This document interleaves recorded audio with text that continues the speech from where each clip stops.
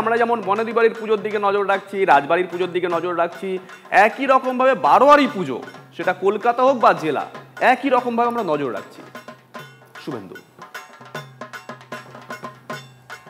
একেবারেই ডায়মন্ড হারবারের কিন্তু জনপ্রিয় এই পুজো ডায়মন্ড হারবার পুরাতন বাজার সার্বজনিক দুর্গোৎসব কমিটির পুজো। এবছর হচ্ছে 60 বছর, হীরক জয়ন্তী বছর।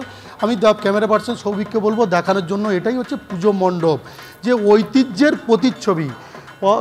এই ইলোরা এবং অজন্তার যে কালার পেন্টিং, সেটা কিন্তু তুলে ধরা হয়েছে এই মণ্ডপ সজ্জার মাধ্যমে। যে গুহা রয়েছে, গুহার প্রত্যেকটা যে নকশা, সেই নকশা কিন্তু তুলে ধরা হয়েছে। গতকাল যেভাবে আমরা দেখেছি যে বৃষ্টির সঙ্গে কিন্তু রোদ উঠেছিল, বৃষ্টিও পড়েছিল। সকাল থেকে কিন্তু আকাশে রোদ আর মেঘের লুকোচুরি চলছে। আমি ক্যামেরা পার্সনকে দেখাতে বলবো এটাই পুজো মণ্ডপ, যে একেবারেই যে ঐতিহ্যের যে প্রতিমা, সেই প্রতিমার একেবারে মণ্ডপের আদলে কিন্তু সেই সামঞ্জস্য রেখে প্রতিমা করে তৈরি করা হয়েছে। এবং আমি একেবারে সরাসরি ঢোকার চেষ্টা করব মণ্ডপের ভিতরে।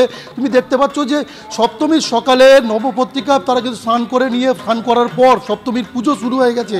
ইতিমধ্যে কিন্তু পুজো চলছে। কিছুক্ষণ আগে অঞ্জলি দেওয়ার পাঠ শেষ হয়েছে। তবে ধীরে ধীরে যত সময় যাচ্ছে, ধীরে ধীরে কিন্তু দর্শনার্থীরা আসতে শুরু করেছেন মণ্ডপের দিকে। কারণ তুমি জানো যে ডায়মন্ড হারবার হচ্ছে সুন্দরবনের অন্যতম প্রবেশ পথ। ফলে একেবারে সুন্দরবন লাগোয়া আবহাওয়া দপ্তরের পূর্বাভাস অনুযায়ী যে দফায় দফায় কিন্তু বৃষ্টি চলছে গত কয়েকদিন ধরে। এই মুহূর্তে আবার রোদ উঠেছে, আবার কিছুক্ষণের মধ্যে বৃষ্টি নামবে।